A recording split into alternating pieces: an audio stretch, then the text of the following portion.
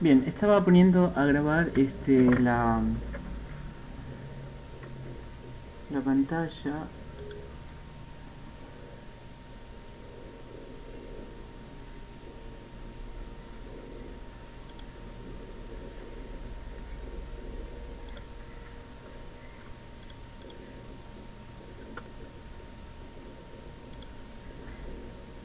Bien.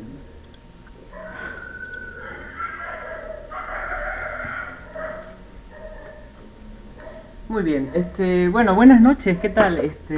Nada, es un placer estar acá otra vez reunidos en estos espacios de encuentro que tienen como objetivo, justamente eso, ¿no? Crear espacios de encuentro para visibilizar, problemáticas alrededor del desarrollo y bueno, esta vez vamos a hablar sobre la construcción histórica, social, de los registros que hay, sobre la vejez.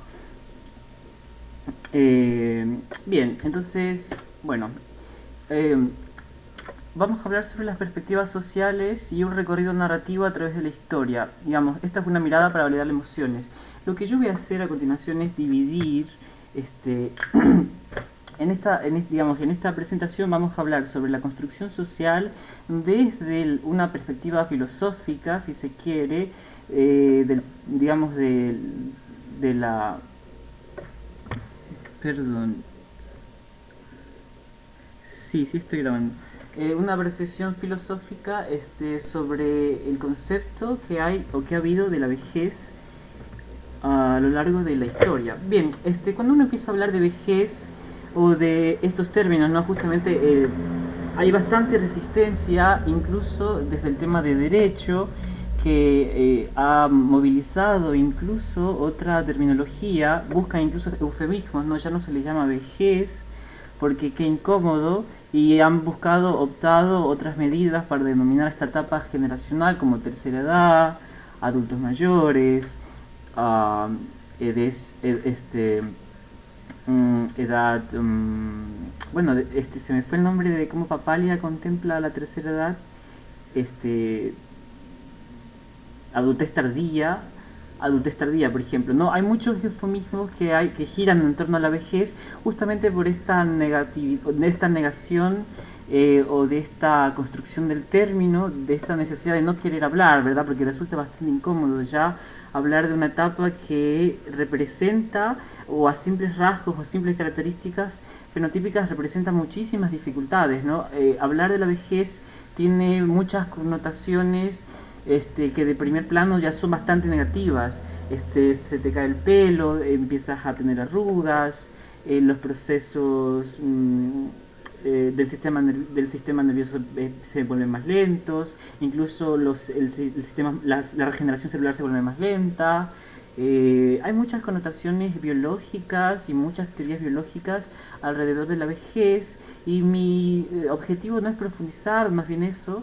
Esto de acá, estas construcciones las pueden encontrar en el libro de Papalia, ¿verdad? Papalia maneja y trabaja muchísimas teorías que hay alrededor del envejecimiento, teorías celulares, teorías sobre los radicales libres, que me parece muy interesante, que es la concentración de oxígeno, ¿no? A mí siempre me ha parecido contradictorio eso, como algo que te da la vida también te la quita, ¿no? Según la teoría de los radicales libres, ¿no? Que el oxígeno ayuda a envejecer o el oxígeno ayuda a la oxidación celular, ¿no? Entonces, algo que te da la vida al final te la termina quitando. Entonces, hay muchas teorías que desde la biología son bastante interesantes, pero mi necesidad acá es exponer una problemática social en relación a la vejez, a los adultos mayores, o digamos a esta etapa generacional.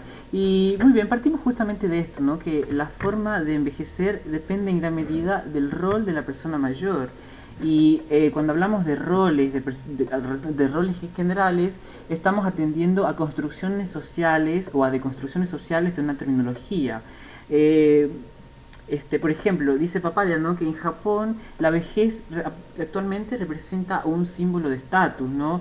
Estas culturas o las culturas, incluso las culturas antiguas que estaban mucho más conectadas con la espiritualidad, eran culturas que privilegiaban la vejez como una especie de, digamos, como una especie de acervo cultural. El viejo era el que tenía el acervo cultural de las generaciones, de la familia, y se le acudía a él, por ejemplo, para pedir consejos o manejar cualquier trámite de Estado. Por ejemplo, en la época de Platón, cuando Platón escribe la República, Platón maneja y considera bastante la perspectiva del viejo como, como el que recoge el acervo cultural.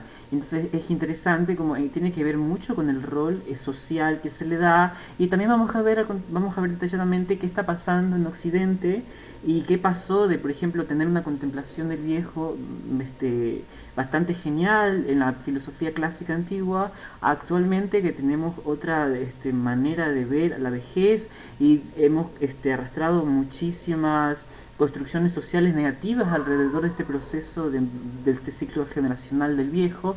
Entonces, esto es lo que vamos a entrar a dirimir a continuación, ¿bien? ¿Qué estuvo pasando en la historia, los hitos más importantes, y qué pasó en la historia para que hoy en día concibamos, ¿no? Papaya dice también que en Estados Unidos, en cambio, ¿no? Se pueden dar cuenta digamos, las polaridades culturales que hay. Japón, por una parte, considera que el viejo es representa un símbolo de estatus, y Estados Unidos, por el contrario, despoja a los viejos de su sistema, los rechaza, y justo tiene que ver con la caracterización de viejo, algo que ya está, digamos, que ya no sirve, que ya tiene que tirarse, ¿no? Porque algo viejo es algo que ya cumplió su vida útil, que es mejor reponerlo, y el sistema social en el que estamos montados se ha encargado justamente de profundizar esa idea con también, por ejemplo, el tema de la jubilación. Llegas a un punto de edad en el que tienes que retirarte porque ya no sirves más, digamos, necesitamos mano de obra joven o mano de obra nueva. Estudios antropológicos, por ejemplo, demuestran que se me va el nombre de la cultura, pero igual yo les dejé detallados en la investigación que hice, les dejé detallados toda la información. Hay una cultura antropológica que tiene una palabra para definir todo lo bonito y todo lo joven, y tiene una palabra específica, y también otra palabra específica para definir todo lo feo y todo lo viejo, ¿no? Entonces se dan cuenta como esa terminología depende muchísimo de el constructo cultural. Muy bien, de hecho, yéndonos más lejos, muy lejos, a la filosofía clásica, a la filosofía griega, siempre volvemos, digo, normalmente frente a las dudas que hay, frente a las dudas éticas que hay, yo siempre digo que es bueno revisar los clásicos, porque los clásicos tenían una posición bastante reflexiva sobre muchos temas, justamente porque tuvieron un alto pico de desarrollo cultural filosófico. Y frente a la vejez, por ejemplo, acá hay una discrepancia siempre, ¿no? Toda la vida Platón y Aristóteles han estado ahí, no han congeniado tanto en sus ideas, siempre más que otras. Bueno, Platón, por ejemplo, propone muchas teorías filosóficas alrededor de dualismos. El mundo lo ve desde dos posiciones, ¿no? El mundo de las ideas, el mundo terrenal, por ejemplo. Y bueno, Aristóteles siempre fue un crítico de la filosofía platónica hasta la última instancia. Y llegados a la última instancia, justamente por hablar de última instancia, hablamos de vejez. Platón decía, por ejemplo, consideraba más bien Platón que la vejez era esto, ¿no? La construcción del acervo cultural, como les decía, se le veía al viejo como un modelo o una persona a la que podías ir a pedir consejo. La gente que estaba en el Senado, por ejemplo, era gente muy mayor que ya tenía digamos, había tenido muchísima experiencia para gobernar. Y de hecho el modelo ideal de gobierno que plantea Aristóteles en su libro de la República justamente es orientado hacia allá, hacia gente mayor que haya tenido construcción en el conocimiento filosófico para gobernar. Bien, entonces Platón tiene una idea sobre la vejez bastante positiva en ese sentido, y es muy genial ver digamos, esta construcción de la vejez que tiene Platón. Aristóteles, por el contrario, tiene un concepto bastante negativo, ¿no? Es todo lo opuesto de lo que decía Platón sobre la vejez. Oh, wow. Acá está. Bueno, Aristóteles, por otro lado decía que la vejez no llega a ser incluso hasta una enfermedad, ¿no? Porque atribuye todas las características negativas, los cambios de humor, se da cuenta de todos los patrones que tiene de ser una persona vieja y que vamos a analizar también por qué, ¿no? Por qué las personas viejas tienen este tipo de conductas o se acercan a lo que decía Aristóteles, este, personas desconfiadas, egoístas, inconstantes y cínicas, ¿no? Ese era el concepto que tenía Aristóteles y para él la vejez era una enfermedad y tenía una construcción bastante negativa sobre la vejez y vamos a ver también más adelante qué estaba pasando, o sea, qué pasa con esta etapa generacional y por qué hay bastante acercamiento social en estas ideas aristotélicas sobre la construcción de la vejez. Pero bueno, filosóficamente uno de los libros que más ha considerado tratar la vejez ha sido el Senectute de Cicerón, en donde trabaja justamente la vejez como algo positivo, se acerca bastante a la idea platónica, pero el Senectute de Cicerón es como la obra más completa que hay de la vejez en la antigua Grecia. Después ha habido muchos otros autores que han mencionado, la han tratado como aforismos, pero el Senectutes es como digamos, el libro más completo que hay sobre la vejez desde la perspectiva clásica. Bueno, vamos a construir las características del viejo. Hay un librito genial que escribí Jean Amery que se llama Revuelta en la resignificación. Jean Amery es un filósofo francés que trabaja el tema del envejecimiento, incluso él habla sobre ayudar a morir, o habla de la eutanasia, ¿no? Resignifica la eutanasia de una manera bastante interesante. Pero, ¿cuál es la característica de la vejez desde la perspectiva filosófica de Jean Amery? Me parece algo genial digamos, la construcción teórica que le da cuando Jean Amery dice el viejo deja de ser contemporáneo. Bien, esta es una de las características principales que puede resumir la construcción aristotélica del viejo, ¿no? Que se vuelve antisocial, que ya no quiere salir de casa, mm, egoísta, cínico, desconfiado. Bien, todo lo mira como con una desconfianza, con cierta desconfianza. Entonces John Avery dice y profundiza este pensamiento y dice el viejo deja de ser contemporáneo, es decir, todo lo que le pasa lo mira desde afuera, como si el mundo ya no le perteneciera. Poco a poco y así poco a poco empiezan a aislarse socialmente. Les pongo el caso, ¿no? Por ejemplo, mi abuela eh, llega un punto de su edad en que ya no le gusta salir, ¿no? Y esta es una construcción que mi abuelo también tenía, ¿no? Mi abuelo, entre los 80 y los 90 se perdía todos los viajes familiares porque no le gustaba salir de casa. Incluso dejó de ir a misa, les digo. Entonces, llegar a un punto, la vejez llega a un punto en que se mira el mundo desde afuera, no se sienten contemporáneos, sienten que el mundo, digamos, se sienten parte de una época pasada. Hay una literatura de un escritor inglés, no, estadounidense, si no estoy mal, bueno, es angloparlante, se llama... Ahí también se me fue el nombre, pero ahora me acuerdo, que se llama La Peste Escarlata. Yo me acuerdo que cuando nos mandaron a hacer una revisión de esta literatura hice una caracterización justamente sobre la vejez, ¿no? Que en este libro digamos, él se contempla, la peste escarlata es así, ¿no? Y llega una peste en que la sociedad vuelve otra vez a sus inicios, porque la sociedad se destruye, ¿verdad? Y entonces, el viejo que está relatando la obra se regocija de sus glorias pasadas, de las glorias pasadas de la civilización pasada, y los nietos actualmente lo miran como si estuviera loco, como que sí que habla de cosas que pasaron ya, etcétera, etcétera, ¿no? Entonces la sociedad mismo les va instaurando o les va otorgando el rol social del apartamiento, ¿bien? Desde ahí. Hay ausencia de curiosidad también, dice Jean Amery, la indiferencia ante lo que ocurre en el mundo. Y esto de aquí también se puede ver, por ejemplo, la resistencia que hay de los adultos mayores o de los viejos frente a las tecnologías, por ejemplo, ¿no? Ya no les interesa aprender, dicen ya para qué, si lo que me falta, digo, si ya lo que me falta, ¿para qué voy a aprender? ¿Qué pérdida de tiempo, no? Entonces, esta es la connotación, y como seguimos viendo, son connotaciones negativas de construcciones sociales que se han construido alrededor de la vejez. Y todo esto, ¿no? Todo esto de aquí es lo que lo conduce y lo lleva a refugiarse en los hábitos. Entonces el viejo se refugia en los hábitos, no es lo que les decía, mi abuelo tenía el hábito de ya no salir.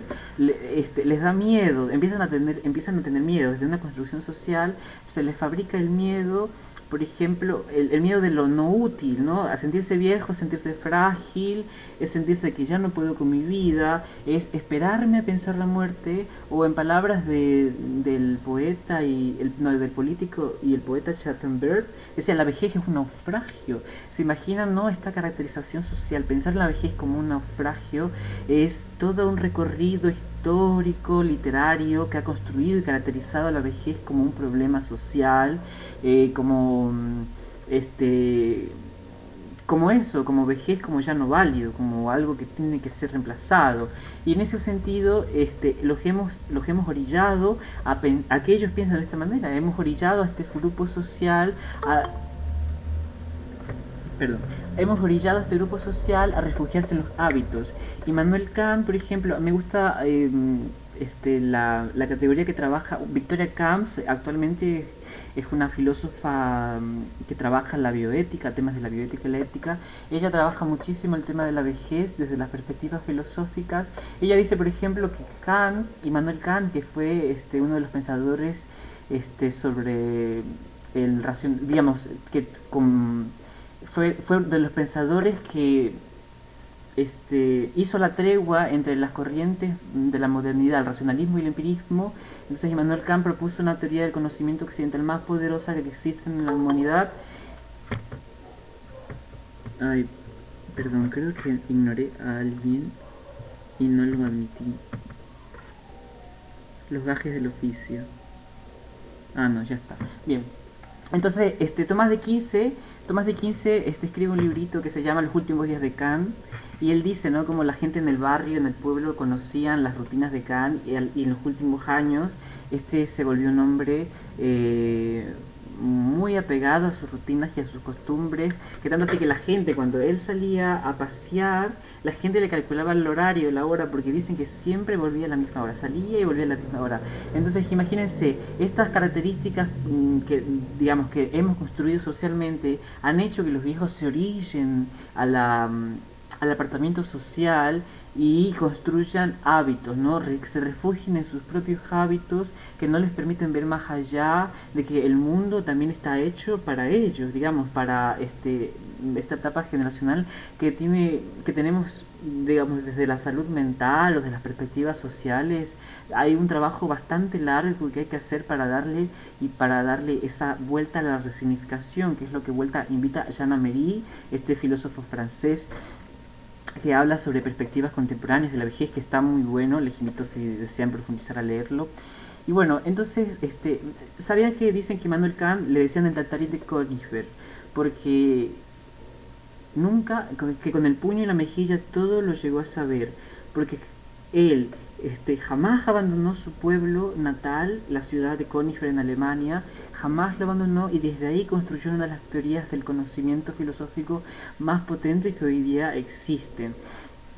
Entonces, esto que les quiero decir, el refugiarse en los hábitos, se explica muy bien desde la literatura con el librito de Tomás de Quince, que habla de los últimos días de Kant, ¿no? Por ejemplo.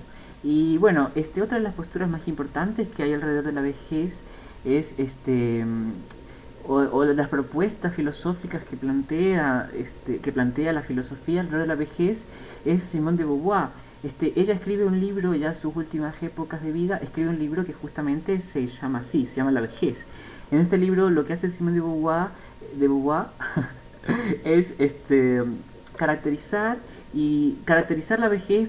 La primera parte, ¿no? La primera parte caracteriza la vejez desde una posición histórica, y en la segunda parte hace ya una reflexión sobre refugiar, no, sobre, oh no, acá está, sobre el sacarle el mejor partido. ¿Cómo sacarle el mejor partido a la vejez? Entendiendo todas estas dinámicas sociales, ¿verdad? El refugio, porque el refugiarse en los hábitos tiene que ver muchísimo con el miedo que hay detrás, ¿no? Por ejemplo, Jaime Gil de Viedma dice que uno de los miedos más potentes del viejo, del adulto mayor, es el miedo a constiparse y el miedo a caerse, ¿no? Entonces, como vejez se atribuye desde la concepción social como vulnerable, que sí lo es, que como deterioro, que sí lo es, este, mm, y muchas otras connotaciones negativas que también pasan y sí lo es. O sea, no estamos negando las construcciones negativas que hay de la vejez,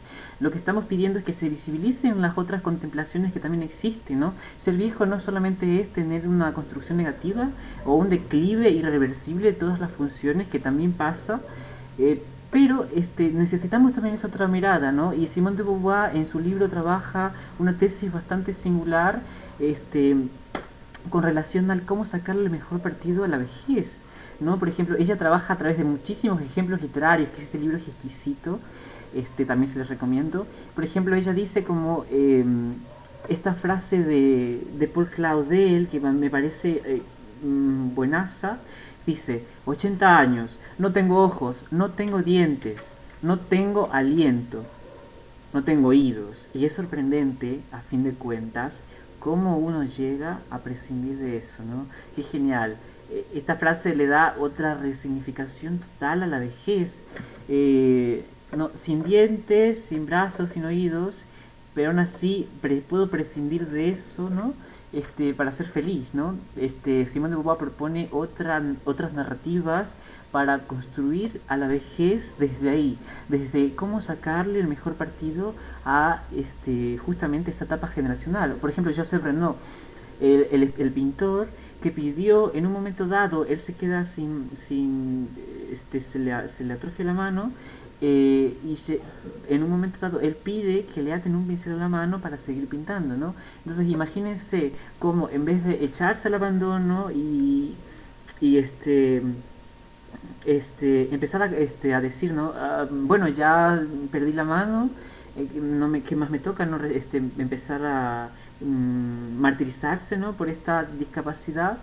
Él lo que hace es le da la vuelta y pide que le aten un pincel en la mano y sigue pintando así, ¿no? Es mirarle y darle la vuelta digamos, desde la construcción de otras narrativas de ser viejo. Y Simone de Beauvoir trabaja muy bien esta conceptualización a través de su libro, que me parece genial.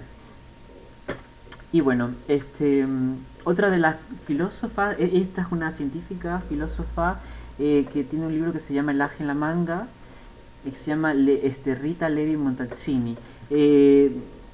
Este, este libro es interesante porque ella habla sobre el aje en la manga.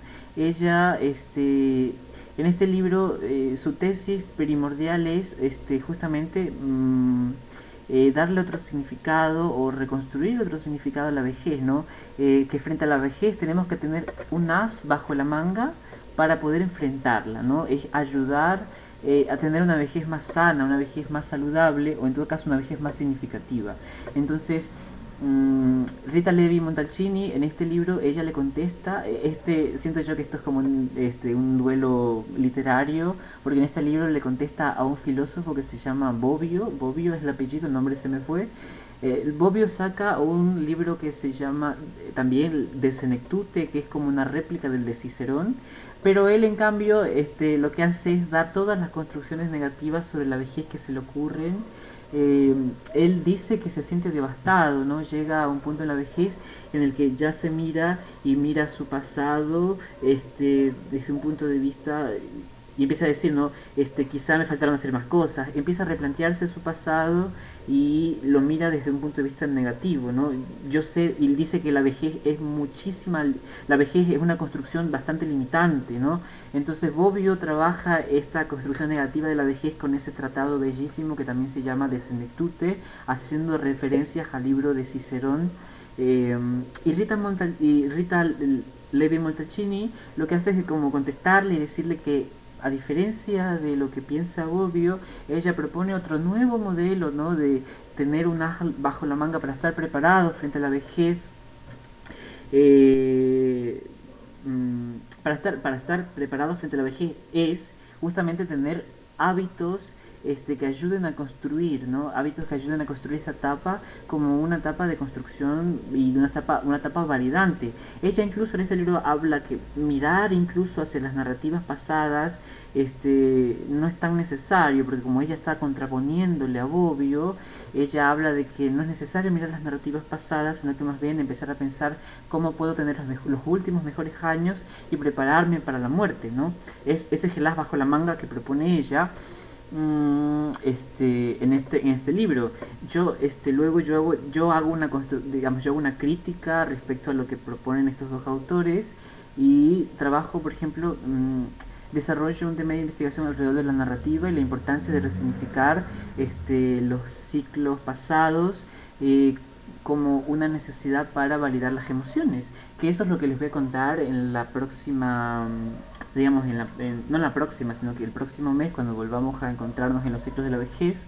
Voy a contarles un poco sobre cuál es la intención, ¿no?, de validar emociones a través de la narrativa, pero digamos, mi posicionamiento actual es justamente exponer un poco sobre el recorrido filosófico de la vejez que se ha construido a lo largo de los años, o los libros más relevantes que hay contemporáneos y antiguos sobre la vejez, ¿no? Qué pensadores han estado analizando, filosofando sobre el tema. Y bueno, hay una filósofa, como ya les dije, Victoria Camps, que ella es una filósofa de la bioética y también de la ética, ¿no? Ella trabaja muchísimo en lo que son los temas de la felicidad. Y en ese sentido, Victoria Camps habla de la vejez en la política, ¿no? Ella propone, les debo la foto, ¿no? Se me pasó por alto, pero Victoria Camps propone, por ejemplo, cómo los sistemas de gobierno. Victoria Camps retoma la literatura de Simone de Beauvoir, porque Simone de Beauvoir plantea que los gobiernos hagan algo para visibilizar esta etapa generacional, porque digamos, actualmente los índices de vida están creciendo mucho más. Entonces Simone de Beauvoir deja planteado esta necesidad de que los gobiernos se involucren, y luego Victoria Camps, que también es una filósofa política, desarrolla esta idea y dice, por ejemplo, cómo las sociedades se han construido para jóvenes, ¿no? Por ejemplo, ella habla de los semáforos que a veces tienen poco tiempo para, imagínense, adultos mayores con bastones que van a paso ligero, no alcanzan a pasar esas avenidas anchas y largas, y les coge el rojo de mitad de la calle. Entonces imagínense cómo las sociedades no están pensadas para estos ciclos generacionales, o cómo los letreros tienen las letras muy chiquitas, que una persona digamos de la tercera edad que tiene problemas de vista va a tener muchísimas dificultades para acceder a la información a través de estos espacios visuales públicos, que son las vallas publicitarias, ¿no? Por ejemplo, o como los buses tienen los escalones muy anchos. Imagínense, personas que tengan problemas de movilidad, también se convierte en un importante problema social. Y bueno, Victoria Camps lo que hace es proponer esto, y ella también propone un poco construir la filosofía de ayudar a envejecer, y también la necesidad de pensar nuevas formas de morir. Y en ese camino, digamos, hace algunos años yo me metí a esta investigación por un tema de construcción personal, porque como yo trabajo el tema del relato, el relato de la infancia, el relato de la infancia, y el relato de la infancia a mí me conecta con mis abuelos, siempre me ha parecido muy curioso esta etapa generacional, y me parece un tema bastante apasionante. Entonces yo estoy conectado emocionalmente a este tema, y bueno, le he dado otro giro a mis investigaciones, que persiguen también muchos objetivos que han planteado bastantes filósofos a lo largo, filósofos y teóricos también de psicólogos, como por ejemplo Brunner, o psicólogos cognitivos. Pero bueno, esto hablaremos a continuación. Bien, vamos a volver al inicio en esta contemplación, ¿no? Reconstruir la característica social del envejecimiento. ¿Por qué, por ejemplo, Estados Unidos mira a los viejos? Estados Unidos y en general casi todo Occidente, ¿no? Por Estados Unidos hablamos de un sistema más bien de globalización, pero Estados Unidos está representando a una estructura occidental. Pero ¿qué pasa con el sistema de pensamiento occidental y por qué utilizan la palabra viejo, ¿no?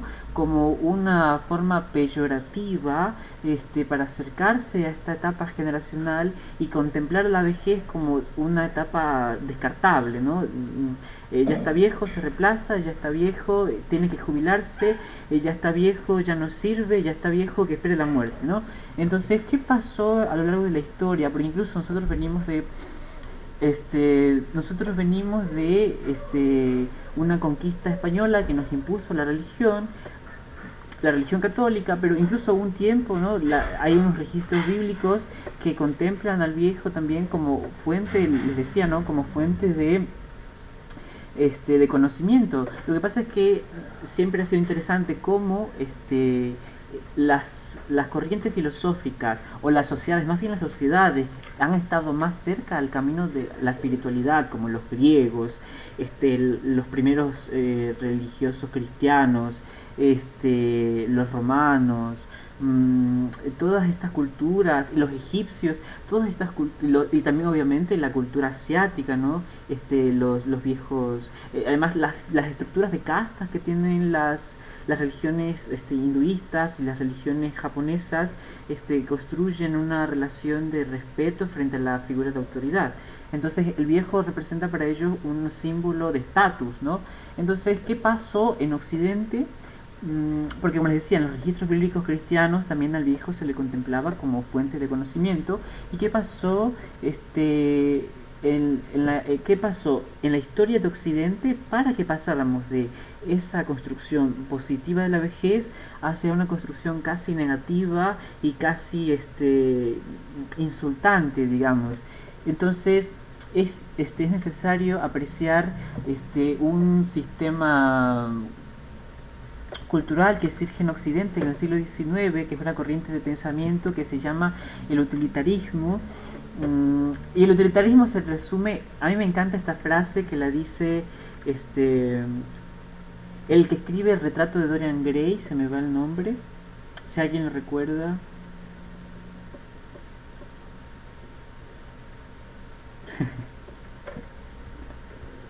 Oscar Wilde, sí. Oscar Wilde. Sí, sí, sí, muchas gracias. Oscar Wilde. Oscar Wilde, si no estoy mal, Oscar Wilde, es el que dice, ¿no? El arte no sirve para nada. Bien, entonces imagínense, ¿no? Y me acuerdo que Hernán tenía esta frase siempre pegada en las camisas cuando iba a dar clases. Hernán es un profesor de la universidad que tiene una particularidad de imprimirse frases interesantes en sus camisas y iba y daba clases así. Era como no sé, siempre yo creí que era una estrategia pedagógica para llamar la atención, ¿no? Que también está genial como recurso. Entonces Oscar Wilde dice esto, ¿no?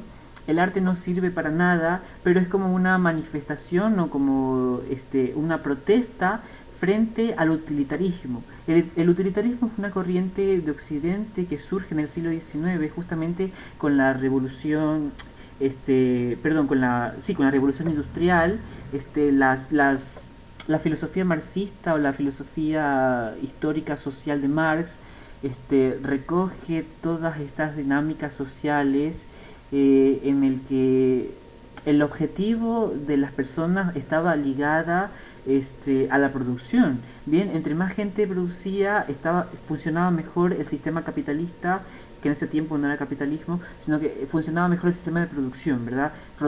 Funcionaba mejor el sistema de producción. Entonces necesitaban más gente en fábricas, incluso los niños trabajaban en las fábricas para priorizar y para optimizar los niveles de producción. Hay un autor que es buenísimo, que es Charles Dickens, que es un autor, le dicen el autor de los niños de la época de la revolución industrial, porque él es un autor que expone que expone todos estos sufrimientos que caracteriza a esta generación de jóvenes que entraban a trabajar en las fábricas y que el hollín del humo les jodía los pulmones y eran jóvenes que a los 19 años no podían más con su vida y morían. Entonces, era una época bastante violenta, digamos, para las artes, fue bastante violenta para las artes. ¿Por qué? Porque en ese tiempo se consideraba que todo lo que es útil, todo lo que produce sirve para algo y es útil, ¿bien? Y lo que no produce no sirve. Y en ese caso el arte, en contraposición, el arte no produce tanto como estar trabajando en una máquina de producción. Entonces Oscar Wilde dice eso, ¿no? El arte no sirve para nada, eh, pero está con su segunda intención de visibilizar este problema. Entonces el utilitarismo cuando llega a nuestros modelos occidentales, nosotros venimos, nuestra cultura, luego el utilitarismo evoluciona al consumismo, ¿no? Pero son modelos que hemos venido repitiendo como sociedades en estas dinámicas justamente sociales y ahí en ese punto histórico, en ese punto de partida que ya después del Renacimiento y de todas estas corrientes de puntos álgidos del arte y además la vejez en ese tiempo era bastante considerada, pero el utilitarismo derriba toda construcción digamos, toda construcción que se hace alrededor de lo que es, digamos, alrededor del ocio. Entonces, en ese sentido, les digo yo que la vejez pasa a tener una caracterización negativa. ¿Por qué? Porque la revolución industrial considera a las personas como un capital humano, ¿bien? Entonces las personas que producen son las personas que sirven y las personas que no producen son las personas que están viejas, que tienen que ser retiradas, son las personas que ya cumplieron su ciclo, que tienen que jubilarse también en cambio. Entonces miren cómo un modelo de producción le dio todo un cambio significativo al pensamiento social que hay alrededor de la construcción de ser viejo, ¿no? Entonces, nosotros, nuestra sociedad ha orillado al viejo y por eso Jean Lamery dice eso, ¿no? El viejo deja de ser contemporáneo, mira el mundo desde afuera, como que si ya no le pertenece. Bien, entonces son estos modelos que hemos construido y que han orillado a nuestros viejos a sentirse excluidos, rechazados por un sistema social que no los está representando, bien, no se sienten representados. Bien, entonces, esto de acá no pasa en Occidente, pasó en Occidente y cómo venimos sin querer reproduciendo estos modelos sociales que se construyeron, como les digo, en una época bastante convulsa. Incluso, verán, la época de la industrialización perjudicó muchísimo en muchísimas áreas, en el tema de la educación también, porque hasta no, hace no mucho, hace unas décadas atrás, se venía, no incluso aún hay viejos sistemas educativos que siguen replicando los viejos modelos de enseñanza que se practicaban en esa época, que era el pupitre, la pizarra y la educación rápida, ¿no? Educar rápido, una educación sistemática en que no se enseña a pensar, sino que se educa sistemáticamente para la producción, ¿bien? Te educan, por ejemplo, para que produzcas a la sociedad, ¿bien? Detrás de todas nuestras carreras, ¿no? El ingeniero para que produzca, ¿no? Y llega un punto en que ya no produce, que se jubile, bien. Entonces, también el sistema educativo se ha encargado justamente de introyectarnos esta caracterización social inconsciente o conscientemente y la hemos venido reproduciendo. Y entonces es nomás salir afuera y encontrarte con las realidades sociales que padecen los viejos. Yo les digo, tengo en la esquina una vecina que hace mucho que no la visitaba y me interesé por ella. Le dije, señora Antonia, ¿qué le parece si un día nos tomamos un café? Me dice, ay, mijito, yo es que casi no salgo, no me gusta salir, ¿y saben qué pasa? Que yo nunca me acuerdo de verla fuera. O sea, en toda mi vida siendo vecino no me acuerdo de verla fuera. Y yo digo, esta señora probablemente tenga problemas de ansiedad social o algo. Imagínense que el tema del aislamiento, ¿no? Que es lo que trabajaba Jean Amerique, una de las características de la vejez. Imagínense que el tema del aislamiento le haya creado trastornos mentales a esta señora de manera involuntaria, no sin ella estarlos buscando. Entonces la señora no me quiso aceptar ni siquiera el café dentro de su casa y también por el tema del miedo, ¿no? Hay muchos miedos que abundan alrededor de esta etapa generacional. Entonces como nosotros como sistema los hemos construido de esta manera, hemos construido este pensamiento social, no es normal que los viejos se comporten ¿no? Desde esa perspectiva que decía Aristóteles ya, ¿no? Es que son desconfiados, inconstantes, egoístas, cínicos, ¿no? Entonces, no es extraño encontrarse actualmente viejos hoy en día con estas características, viejos regañones, que son viejos depresivos. Realmente detrás de la irritabilidad en la adultez mayor siempre hay sintomatología depresiva, pero es sintomatología depresiva porque los hemos orillado hasta allá, ¿no? Son sociedades que se han construido de esta manera y es muy lamentable, pero nosotros como justamente que venimos del área de salud mental, está en nuestro deber reflexionar estos procesos, reflexionar los modelos que queremos construir y los nuevos horizontes a los que buscar para construir nuevas sociedades que contemplen a la vejez como una etapa validante, bien que validen sus experiencias, que validen las emociones, que validen el ser viejo, y esto es de lo que yo voy a hablar el próximo mes cuando volvamos a tener otro encuentro sobre la vejez, que es encontrar la manera, o sea, el enfoque que yo le di detrás de mi investigación de cómo validar a esta etapa generacional, ¿bien?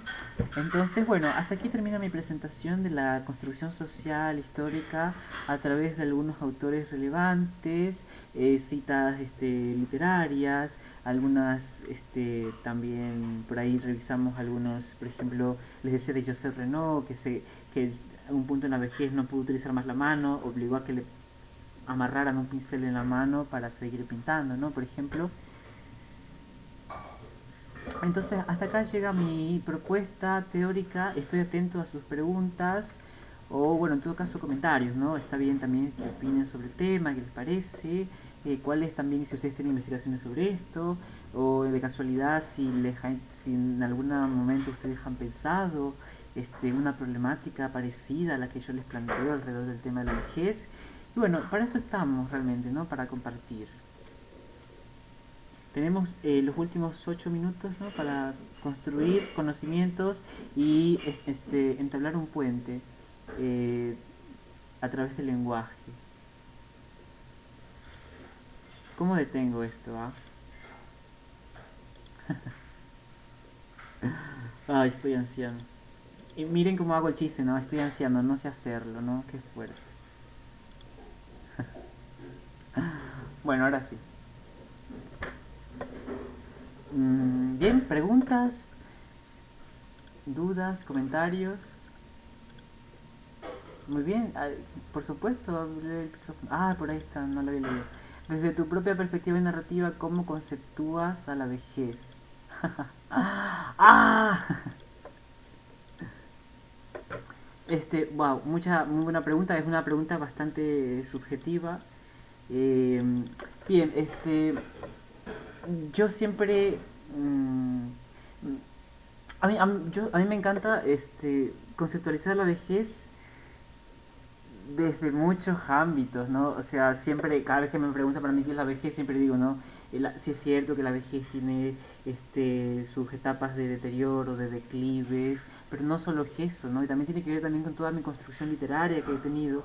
La vejez no solo es eso, sino que la vejez es una gran oportunidad para revalidar y para reconstruir nuevas narrativas. La vejez también es una gran oportunidad para empezar esos proyectos que uno ha dejado atrás por falta de tiempo en su juventud o, o por ejemplo, y bueno, en la próxima sesión voy a acercarme un poco a justo a eso, ¿no? A mi contemplación sobre la vejez y cómo la cultura ayuda y va a ser un factor predisponente muy fuerte para mantener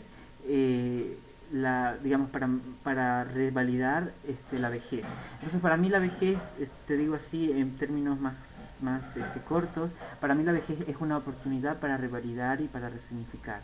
No, pero también está un poco sesgado desde mi construcción y desde mi propia búsqueda. Entonces, esa es la situación. Pero, pero ahora que tú me planteas esta pregunta, me encantaría reconstruir una perspectiva más poética sobre la vejez, ¿no? Muchas gracias.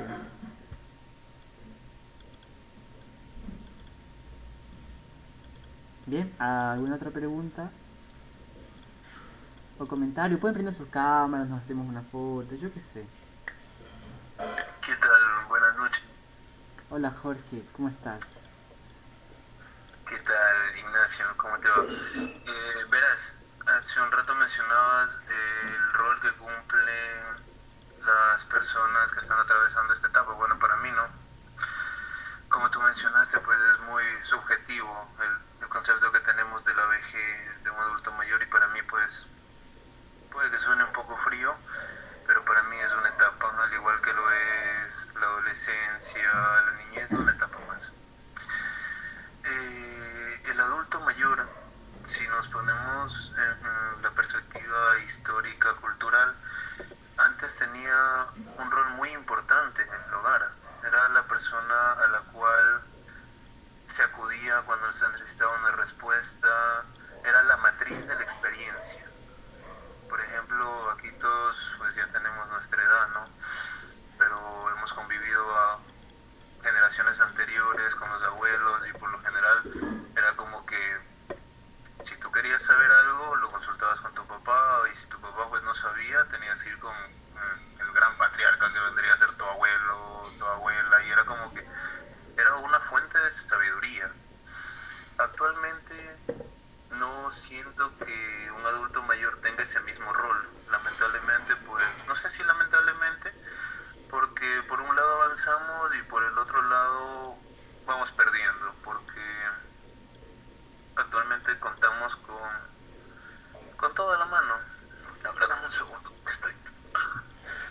Me, déjame prender la cámara. Perdón que estoy así, pero estaba trabajando en algo. No pasa nada, qué genial. Y verás, y te comento que actualmente ya no es tan necesario un adulto mayor en casa, por el mismo hecho de que se va dejando atrás esta necesidad de obtener información a través de otra persona. Por ejemplo, actualmente un joven si quiere obtener información, coge su celular, coge su computadora, su tablet, busca, aprende y se acabó.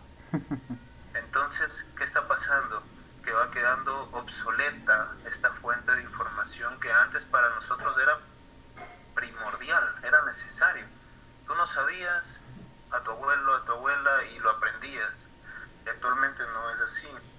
Igualmente, por ejemplo, el conocimiento, como todos sabemos, es hereditario. Entonces, eso igual se van perdiendo las costumbres, se va perdiendo los valores, se va perdiendo el respeto. Claro que, por ejemplo, como dije al principio, es un ganar y perder, ¿no? Porque a la cuenta ganamos mucho porque tenemos la información en nuestra mano, pero perdemos, siento yo, y desde mi perspectiva, con todo respeto, siento yo que más perdemos que ganamos.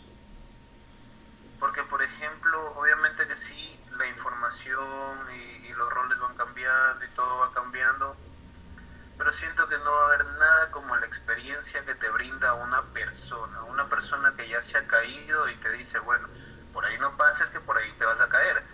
Entonces, obviamente que la información está a la mano y todo, y tú vas a saber que hay un hueco que te vas a caer, pero no va a ser lo mismo. No va a ser lo mismo y no va a volver a ser lo mismo, que, no, que es distinto. Porque, por ejemplo, ya se está perdiendo y se está perdiendo algo que más adelante no se va a poder recuperar. No se va a poder recuperar esas mismas interacciones que se tienen entre los distintos miembros de la familia, entre las distintas jerarquías familiares.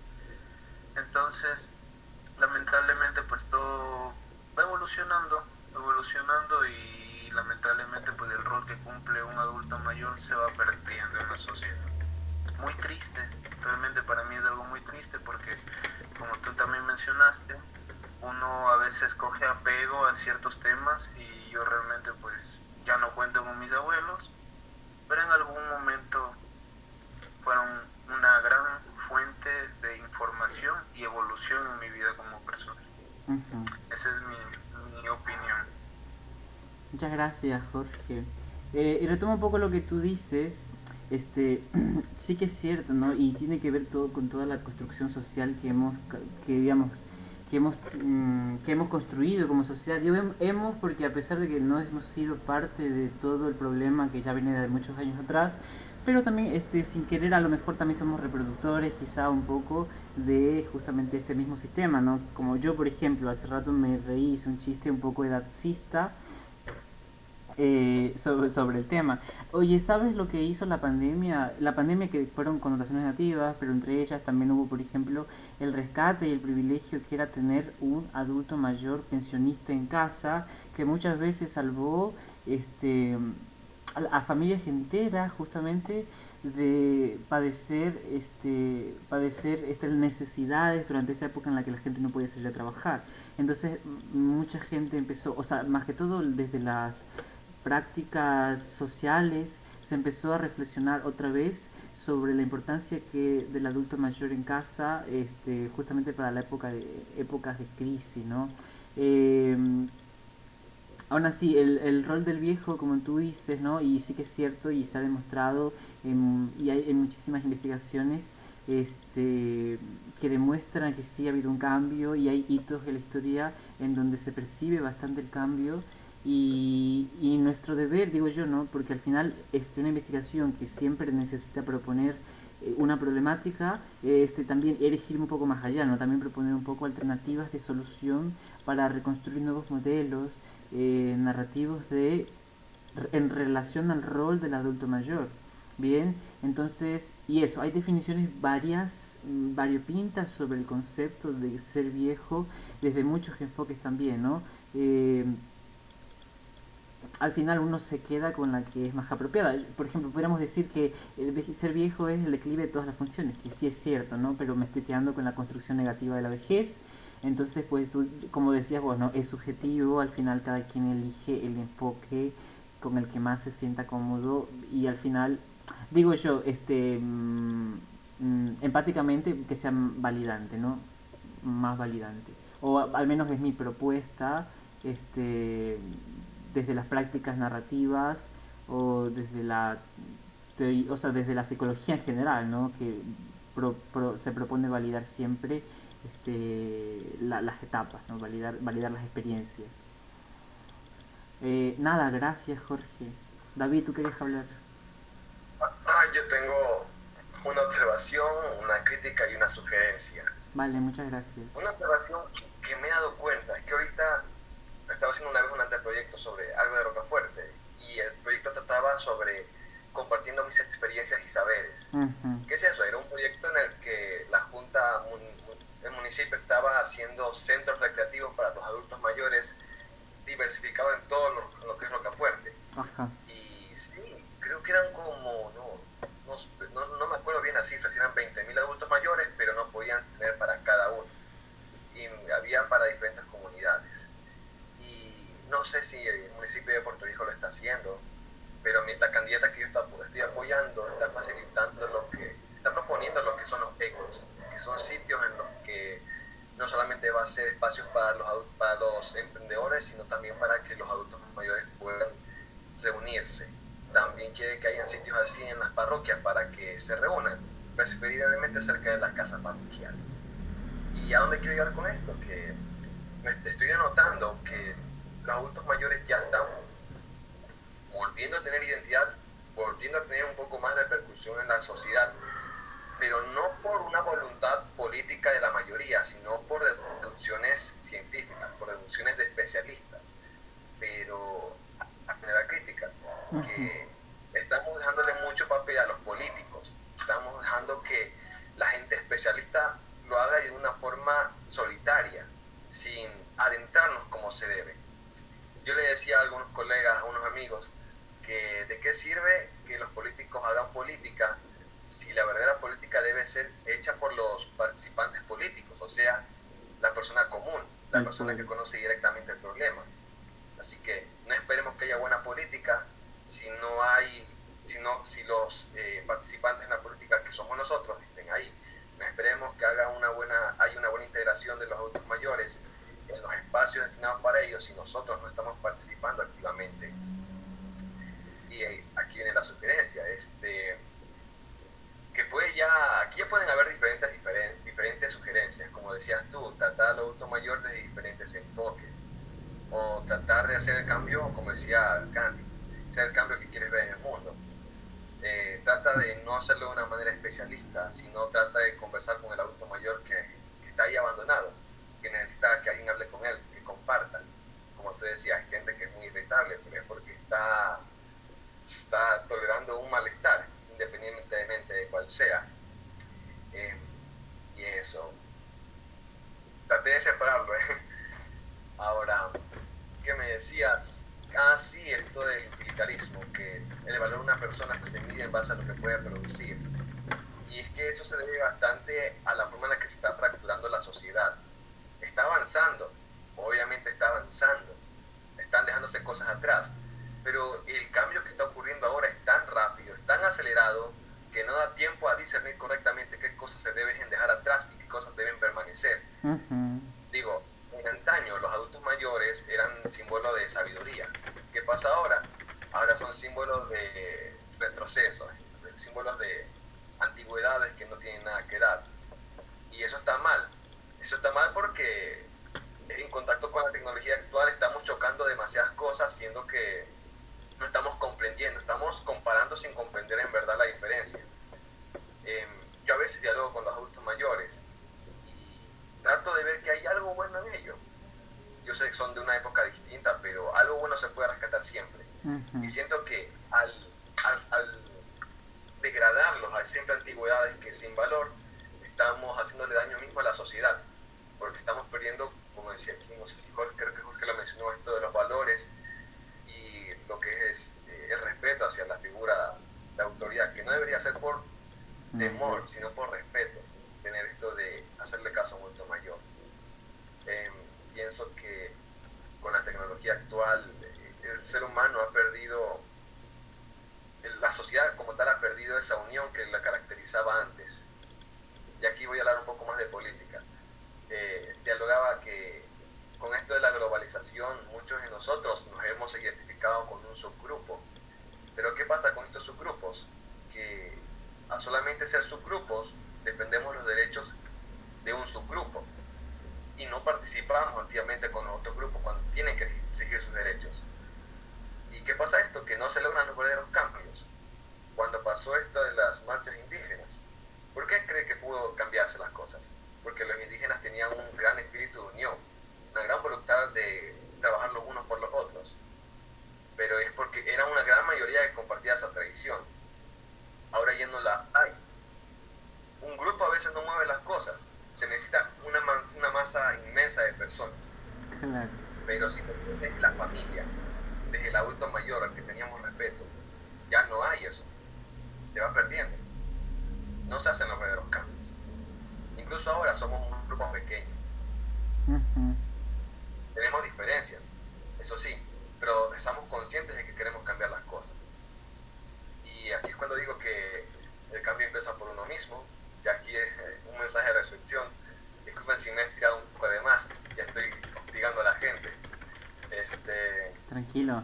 Y eso, saca sus propias conclusiones, ya, permiso, soy delgado, me la saco. Esa necesidad de pensar que lo que dices molesta, ¿no? ¿Por qué? Porque si estás dando tu punto de vista. Y este justo es un Un gran espacio. aporte. Exacto, y este es un espacio para justo eso, ¿no? El que no quiere estar acá, no está, pero es un espacio para reflexionar. Entonces, gracias por tu aporte. Y sí es cierto lo que tú dices. Sabes que yo tengo una perspectiva de que siempre frente a una duda, siempre frente a una duda, siempre frente a una duda es necesario plantearse una postura ética, ¿no? Preguntar la ética qué opina, qué dice ella. Y conecto esto con la pregunta que hace acá Génesis Macías, nuestra compañera Génesis, es referente a eso, ¿no? La ética no dice no dice cómo actuar, digamos, la ética, desde el punto de vista filosófico, no propone un modelo de actuar, sino que visibiliza un problema moral, ¿bien? La ética, entonces, en ese sentido, lo que tú decías, David, por ejemplo, sobre cómo hacerle, ¿no? Cómo hacerle el, ay, la lógica aristotélica. Se me fue mi entendimiento de tu idea, pero lo que quería decir es que es volver a la postura ética de replantearse, replantearse el sistema social que hemos construido alrededor de la vejez y encontrar nuevos modelos. Y es verdad lo que también decías, ¿no? El cambio empieza por uno mismo. Eh, yo esta frase a mí se me hizo mucho más consciente cuando fui al Congreso y le hice una pregunta a los ponentes y nos decía, ¿no? Que el cambio, digamos, si quieres cambio social, el verdadero cambio tiene que empezar contigo mismo porque tú eres parte de la estructura social. Entonces, si quieres un cambio verdadero, empieza por ti mismo y desde ahí va a ser como un efecto dominó, ¿no? Se replica, el mismo sistema debería replicarse con todos. Y bueno, por ejemplo, ¿qué plantea la filosofía también desde la política? Los estados tienen que proporcionar condiciones mínimas de seguridad para todas las etapas generacionales. Cuando uno tiene estas condiciones mínimas, dignas para la supervivencia, también ya depende de uno, ¿no? Empezar a buscar modelos de vida que se adapten a la funcionalidad o a la felicidad o a lo que uno esté buscando realmente, ¿no? Pero sí es cierto, ¿no? Que lo que tú dices, ¿no? Como un Estado que no ha reflexionado sobre un tema específico quiere proponer algo de lo que no sabe, ¿no? Eso es lo que siempre ha estado en juego, incluso el tema de la educación, como hay muchos ministros de educación que ni siquiera saben de educación o que no están al día sobre temas educativos y quieren proponer temas sobre educación, ¿no? Lo mismo aplica para proyectos enfocados con adultos mayores o cualquier proyecto en general, ¿no? La política por eso Platón incluso decía, ¿no? Todo político tiene que ser una persona filósofa, ¿no? Ese era el modelo ideal del político para Platón en su libro de la República, ¿no? Los modelos tienen que venir de investigaciones, ¿no? Tienen que venir de personas que hayan investigado estos temas específicos. Gracias David porque nos diste otra dimensión analítica sobre la problemática ahora, que es una problemática ya política, bien con gestionarse, que digamos que los gobiernos gestionen políticamente esto, entonces sí, ya tu postura está, me parece bastante acertada pero yo creo que por ahí podría resolverse, ¿no? Una postura ética, ¿no? ¿Quién debería ser el más apropiado para instaurar estos sistemas? Y bueno, Ah, nada, nada, es un placer. A Génesis, te respondo súper rápido con lo que decías. ¿Crees que envejecer es sinónimo de debilidad? Eso es lo que hemos construido, decía, ¿no? Socialmente, la vejez tiene muchas connotaciones negativas. Es debilidad, viejo, ¿no? Viene justo de la construcción de la palabra. Viejo es algo que ya eh, cumplió su ciclo. Bien, entonces, y se convierte en un a ver, ¿por crees que envejecer es sinónimo de debilidad? Lo planteo desde la perspectiva que la sociedad permite vulnerabilizar desde muchas instancias y los hacen sentir.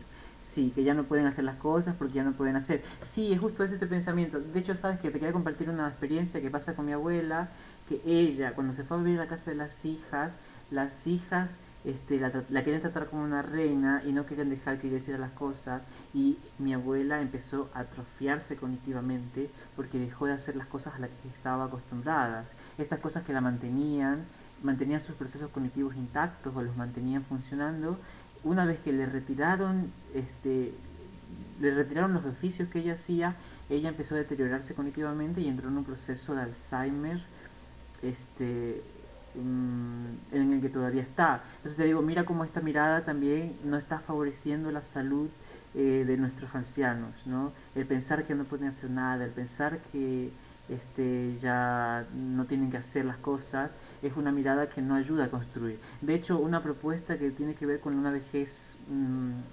saludable es una vejez que está enfocada hacia el movimiento, no una vejez activa. Entonces, con eso respondí tu pregunta. Igual esto lo vamos a tratar el próximo mes también, ¿no? Que propongo abrir un poco el diálogo hacia acá, hacia las propuestas.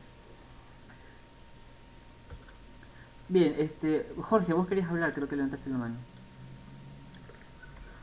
No, no quería hablar, lo hice por accidente, pero justo ahorita que dices de eso, bueno, yo soy una persona que, por ejemplo, da una idea y se me ocurre algo. Ajá. No quiero tampoco estar interrumpiéndote a cada rato. No, está Pero, bien, por es ejemplo, súper eso.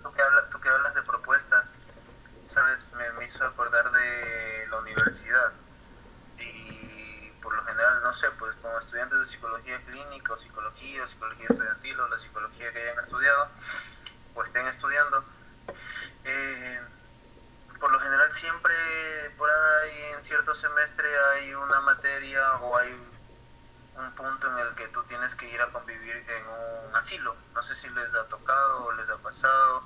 Por lo Sí, general es algo muy común de la carrera, de la convivencia, porque, bueno, la psicoterapia del adulto mayor y tanta materia que va relacionada, ¿no? Pero en lo personal en mi universidad sí pasó. Y ahí me dio un choque bastante fuerte, porque por lo general ya en esos tiempos que yo estudiaba en la universidad, ya mi abuela ya estaba pasando por sus últimos años, entonces era como muy querida por todos, que la querían aquí, que la querían allá, que ella era una persona muy activa. Y hasta el final, yo siento que hasta el final, habían cosas que yo sabía o que todos sabíamos y le preguntábamos, solo por darle esa posición de sabiduría que ella realmente se lo ganó a pulso durante tantos años. Entonces, yo yendo al asilo de acá de Machala, me di cuenta de que es impresionante. Ahí quiero corregir un poco mi propio concepto que di hace rato de que, por ejemplo, puede ser que la cultura va adaptándose a una nueva sociedad, la sociedad se está adaptando a una nueva cultura, perdón. Pero, ¿saben qué también es importante destacar? Es el comportamiento interno de cada familia. Porque, por ejemplo, cuando yo asistía a ese lugar, habían personas que semanalmente recibían una barraca. Barraca se refiere a comidita, fruta que le mandan cada fin de semana porque es un asilo como tal, están aislados. Pero había personas, como la persona que yo tuve el placer de atender, que es don Remigio, aún me acuerdo y aún me contacto con él de vez en... Ahora es de vez en nunca, realmente lo tengo que aceptar. Pero qué loco. que des en cuenta de que llegó un punto en el hombre en el que alguna vez fue marinero, el hombre hacía helados, el hombre fue zapatero, el hombre tuvo una vida. Ustedes saben que cuando uno conversa con un señor que ya pasa los 70, 80 años, tiene la mamá de las historias para contar. Entonces, tú te puedes pasar ahí todito el santo día que ese hombre las 24 horas no va a parar de hablar, porque ese hombre tiene 80 años para contarte. Eso no se va a poder hacer en un solo día, imposible. Pero, ¿saben? O sea, el punto era que el hombre, como ustedes dicen, como dijo la compañera, si no me equivoco, Génesis fue, que llegó un punto en el que él tuvo un problema de la columna. Justo cuando estaba en esa etapa de marinero, lamentablemente en una de esas labores, él tuvo un accidente, se golpeó la cadera, no se hizo atender a tiempo porque en esos tiempos era así, pero ese problema repercutió tanto al punto en que perdió la pierna. ¿Y qué pasó cuando perdió la pierna? La familia lo dejó de un lado. Al asilo había llegado porque las vecinas se apiadaron del hombre, de que no, nadie le daba de comer, de que nadie lo cuidaba y lo meten al asilo. Las vecinas. Qué fuerte. Y las vecinas siguen pagando el asilo hasta la actualidad. La familia sabe que él está ahí, los hijos saben que él está ahí, pero nadie se hace responsable. Al hombre le falta una pierna, pasa en silla de ruedas, vive en silla de ruedas.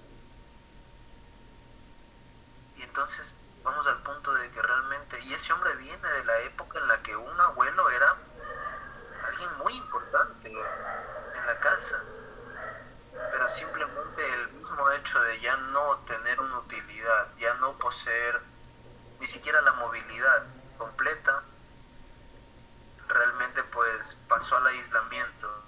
Lo fueron simplemente dejando a un lado, dejando atrás como si no existieran.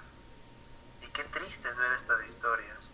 Y qué importante, volviendo al tema principal, qué importante es instaurar estos proyectos, pero a gran escala, no que sea un semestre de la universidad, no. Me gustaría que fuera algo así como se ve en las películas de Estados Unidos, no sé si será verdad, son películas que he visto, que por ejemplo les dan a una persona al inicio de la carrera, un anciano, un niño, y al final de la carrera ven una evolución. Y eso sería impactante para nosotros, poder palpar de primera mano las situaciones que se están viviendo. Porque lo primero que yo pensé en ese momento, cuando veo a esa gente, que habían personas había, incluso conocí a un señor que tenía TOC, pero qué increíble ese hombre, se levantaba a 6 de la mañana y empezaba a limpiar hoja por hoja toditos los árboles de todito el asilo hasta casi la medianoche. Y el hombre en su mundo vivía y era feliz. Ahí también ahí me doy cuenta que no tiene nada que ver con el tema, que hay muchas personas que logran vivir con un trastorno de una manera muy buena. Realmente viven dentro del trastorno bien. Esa es su vida. Lo hace funcional. No tiene nada que ver con el brazo. Ajá, exacto. No lo pasan mal. Pero, por ejemplo, sí sería bueno instaurar este tipo de proyectos en universidades, en colegios, porque realmente esas personas con un poquito de atención, 1 horita, 2 horitas que les den, esas personas pasan el día contentos. Que tú les llevas fruta, tú les llevas algo y esas personas viven contentas. Porque ya las familias, de por sí una familia que ya aísle a una persona en un centro de estos, en un asilo, no le va a dar la misma atención, no le va a dar el mismo cariño, el aprecio. Y esas personas, como todo ser humano, somos ávidos de cariño, de atención, de aprecio. Necesitamos esa aceptación, esa escucha activa que nos hace sentir bien, que nos hace sentir que realmente aún seguimos siendo importantes para este mundo.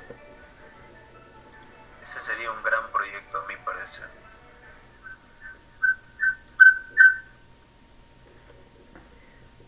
Qué genial, Jorge, que vos hayas expuesto justo esto, ¿no? La necesidad de intervenir.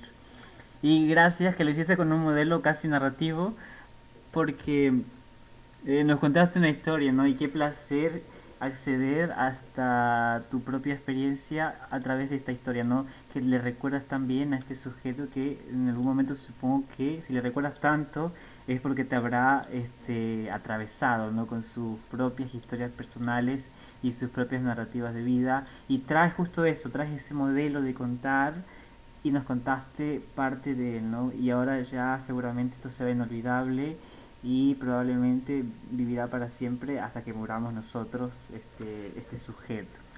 Entonces, nada, Jorge, claro, ese es el propósito, ¿no? Ese es el propósito realmente de una investigación. Exponer y proponer, ¿no? Exponer una problemática y proponer soluciones y qué genial que más gente se sume a estos espacios y que no quede justo como vos dices, Jai, ¿no? Sería genial que en algún momento, si te llegas a ser profesor universitario, pues propongas estos modelos desde la academia, ¿no? Genial. Bien, bueno chicos, se nos extendió un poco el tiempo. Muchísimas gracias por estar acá, por ser parte nuevamente de estos encuentros culturales, encuentros para reflexionar sobre investigaciones alrededor de las etapas del ciclo vital. Y nada, fue un placer. Nos vemos el próximo domingo. Una compañera va a hablar sobre terapia breve, por si les interesa.